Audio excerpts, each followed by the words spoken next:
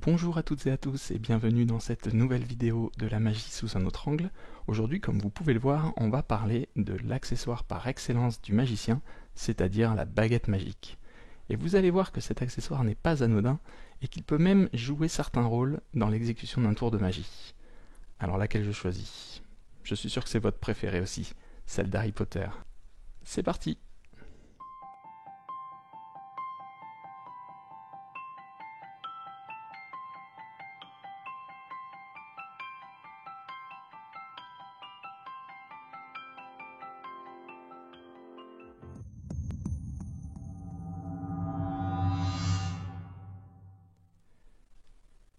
Il est difficile de savoir avec exactitude quand a été utilisée pour la première fois une baguette ou un bâton par un magicien ou par un mage. En tout cas, on retrouve des traces très anciennes, par exemple dans l'Égypte antique, avec les sceptres des pharaons, dans la Grèce antique également, peut-être même dans la préhistoire, les mages, non, je ne sais pas trop comment on peut les appeler, de l'époque préhistorique, utilisaient des bâtons de pouvoir qui leur permettaient de montrer leur supériorité, entre guillemets, par rapport à leurs congénères. Une chose est sûre, c'est qu'on retrouve des traces dans de nombreux récits religieux, comme la Bible par exemple. Au Moyen-Âge, la baguette magique était appelée baguette de fée ou bâton de Jacob. Ce terme a été créé en 1342 et il a été utilisé à partir à peu près du XVIe siècle, donc un petit peu plus tard. Le bâton de Jacob est un instrument de mesure qui sert aux géomètres et aux astronomes, notamment pour mesurer des angles entre deux objets ou entre deux astres dans le ciel. Ce bâton de Jacob est également appelé arbalestrie. Il est en forme de T, et effectivement, on voit bien que la barre horizontale ressemble à la baguette magique telle qu'on la connaît aujourd'hui, en tout cas telle qu'on la préfigure ou comme on se l'imagine. La représentation telle qu'on la connaît aujourd'hui, sous la forme d'une baguette noire aux extrémités blanches, a été démocratisée par Jean-Eugène Robert Houdin, encore lui, le père de la magie moderne, et on pense que les deux extrémités représentent les astres que l'on mesurait avec les bâtons de Jacob. Par exemple, si on souhaitait mesurer l'angle entre deux étoiles, on retrouve le scintillement des étoiles à l'extrémité, aux deux extrémités de la baguette. C'est certainement aussi pour ça qu'on représente parfois la baguette magique avec une étoile au bout, pour certainement faire référence, encore une fois, au bâton de Jacob. Une chose est sûre en tout cas, le contraste qui est créé entre le noir de la baguette et le blanc de ses extrémités permettait de faire en sorte qu'elle soit suffisamment visible par le public lorsque le magicien était sur scène.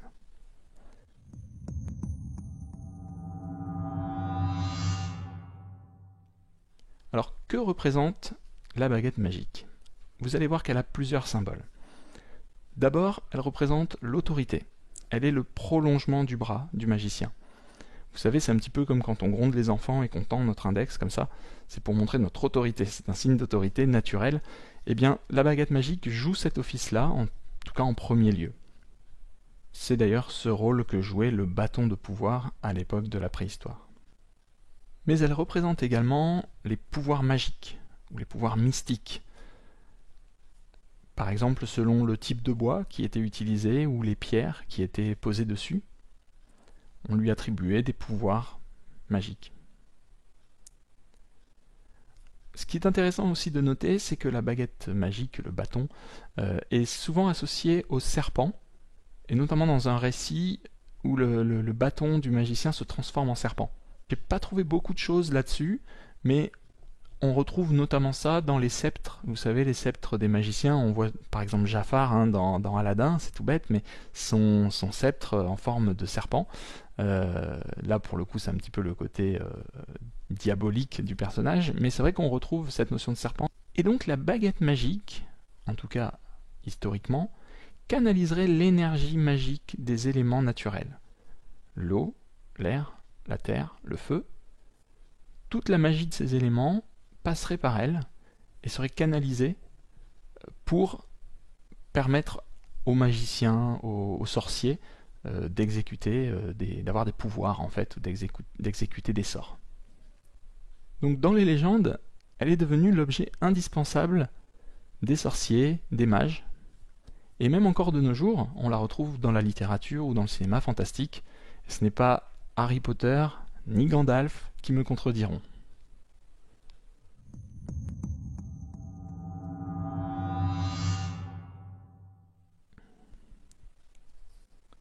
Alors maintenant, parlons de ce qui nous intéresse concrètement, c'est-à-dire les tours de magie. Quel est le rôle de la baguette magique dans un tour de magie? Donc déjà, on a pu le voir tout à l'heure, elle est le symbole de pouvoir et d'autorité, qui confère au magicien sa position de maître de cérémonie, un petit peu comme un maître d'école a besoin d'avoir une règle, une blouse, un tableau, voilà, ce sont des symboles d'autorité, d'être debout face aux élèves par exemple. La baguette magique confère automatiquement ce rôle-là, cette condition-là, au magicien. Inconsciemment bien sûr. C'est pas forcément le but, mais inconsciemment ça le fait forcément. Mais elle ne sert pas qu'à ça, évidemment. Déjà, la baguette magique, comme par exemple une formule magique, elle va permettre de justifier la magie.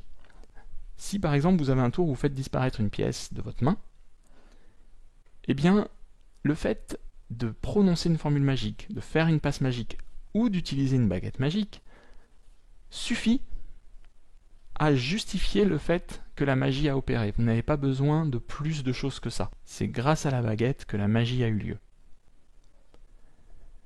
Elle va permettre ensuite de réaliser, et là on rentre un petit peu plus dans les subtilités, elle va permettre de réaliser également des détournements d'attention. On l'a vu dans la vidéo précédente, le détournement d'attention, c'est le fait d'attirer l'attention des spectateurs à un endroit, alors qu'il se passe quelque chose ailleurs, et on ne veut pas qu'ils regardent à cet autre endroit. Donc on va focaliser leur attention à un endroit anodin, pour pouvoir réaliser une manipulation hors champ, on va dire. Eh bien la baguette magique, elle va permettre d'attirer l'attention des spectateurs, soit en désignant un objet, soit en tout simplement prenant la baguette, les gens vont vous regarder prendre la baguette, et dans ce cas-là, avec votre autre main, vous pouvez faire quelque chose, par exemple, ou en désignant les spectateurs, en disant vous, est-ce que vous pourriez venir, par exemple. Le fait d'utiliser la baguette pour désigner des choses, pour montrer des choses, va permettre de faire des détournements d'attention assez facilement. Une autre utilité de la baguette magique, pendant un tour de magie, ça va être de pouvoir dissimuler quelque chose que l'on cache dans sa main. Je vous montre par exemple à l'empalmage des doigts. Le fait de mettre la main comme ça, si j'attrape la baguette, vous voyez que c'est tout à fait naturel et qu'on ne peut pas se douter que j'ai quelque chose dans la main. Une dernière utilité de la baguette magique dans les tours de magie, ça va être de créer de l'humour. La baguette magique, surtout de nos jours, elle est un peu désuète, elle est un petit peu vieillotte, un petit peu kitsch. Et donc si, au milieu de plusieurs tours de magie, d'un seul coup vous sortez une baguette de votre poche, le public va automatiquement rigoler, parce que ça va faire un petit peu ridicule, et du coup vous allez pouvoir vous en servir un peu comme détournement d'attention, mais surtout pour détendre l'atmosphère. Et bien sûr, comme vous le savez sans doute, il existe des baguettes truquées, qui par exemple se cassent, ou qui sont toutes molles. Avec ce genre de baguette, ça peut être rigolo d'insérer ça au milieu d'un tour ou entre deux tours, par exemple. Et enfin, bien sûr, des baguettes truquées qui vont vous permettre de réaliser des effets, par exemple de faire voler la baguette entre vos mains, ou encore de faire un effet flash, c'est-à-dire d'explosion de lumière par le feu, ou encore de transporter des objets, c'est-à-dire que la baguette étant creuse, bien vous pourrez mettre des choses dedans, par exemple, il y a des baguettes qui sont truquées dans ce genre-là, il en existe beaucoup, beaucoup de trucages différents de baguettes, qui peuvent soit vous aider, soit amener de l'humour.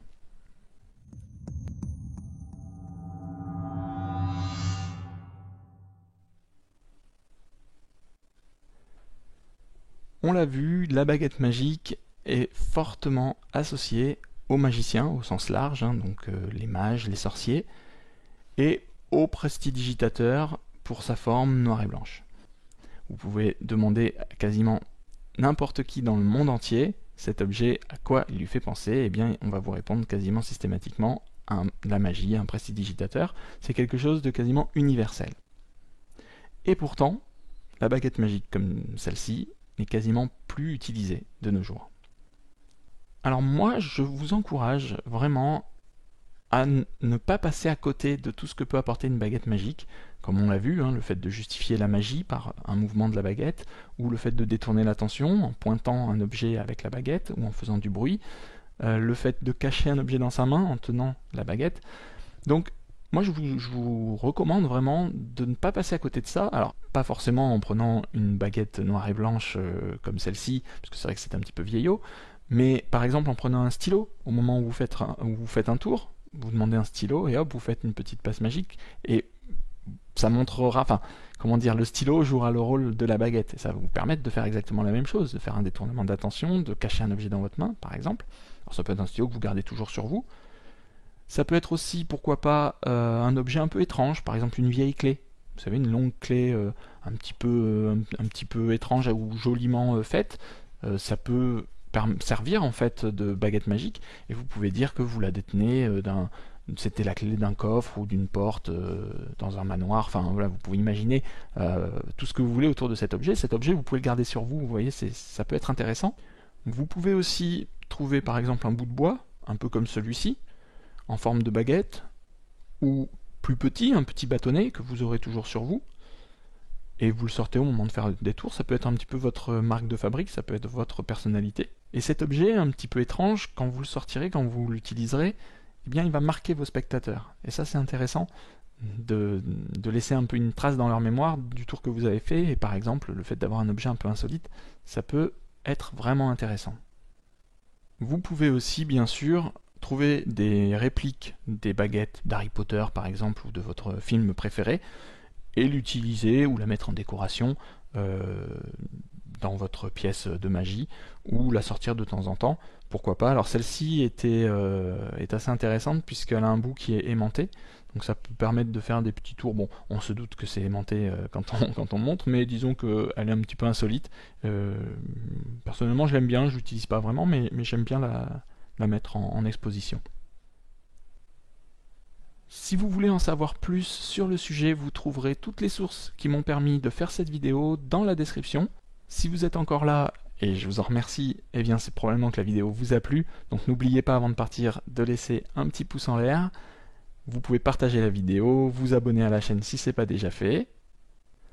Si vous avez vous-même un objet un petit peu insolite que vous utilisez comme baguette magique, entre guillemets, ou bien si vous avez des idées d'autres types d'objets qu'on pourrait utiliser, eh bien n'hésitez pas à nous en faire part dans les commentaires. Ça sera, je pense, assez intéressant.